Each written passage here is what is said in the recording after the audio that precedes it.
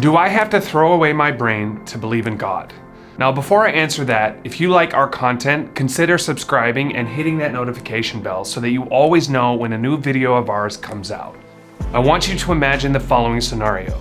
You're walking in the woods and you find something you've never seen before, an iPhone. Now, at first you assume it's a mysterious alien object. As you start to pull it apart, you realize that while it was definitely intricately designed, it's not alien after all. As time goes on, you learn more and more about this object and your understanding of it grows. But one day, someone walks onto the scene and says, "Hey, look at that, that's cool.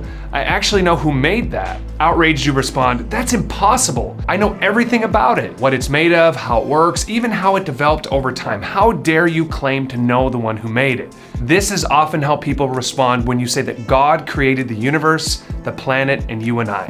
They scoff, "But we know so much about this place. Why is God even necessary?" But it's this kind of faulty logic that my illustration is attempting to expose. Our vast and expanding knowledge of the physical world no more disproves God than an intimate understanding of an iPhone disproves the existence of Apple. So why are science and God so often portrayed as enemies? I think this stems from a misunderstanding of both. Some people say, "Well, you have faith and I have science."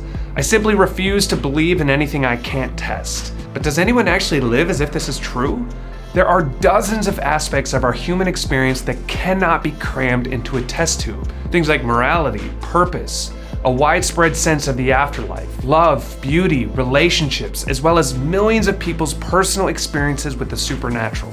So what do we do with these things? Now, we can say we just made them up, that they have no real meaning other than the meaning we give them. But deep down, I think we aren't satisfied to believe that things like morality and love and beauty are just products of our imagination, just social constructs. Perhaps we need to have the humility to recognize that science and religion are simply answering different questions.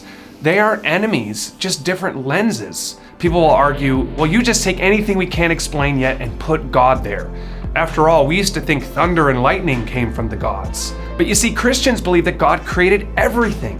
He isn't hiding in the gaps. He created all of it. In the same way, the more I learn about the iPhone, the more it reveals the amazing creativity of Steve Jobs. Besides, I don't believe in God for what I can't understand, but for what I already do. At the end of the day, I can't prove God's existence to you, but you can't disprove him either. At the moment, the best we can do is look at the evidence and ask, what best explains this world and how it got here? When it comes to our universe and everything in it, we are faced with the same dilemma as the guy who asked where the iPhone in the woods came from.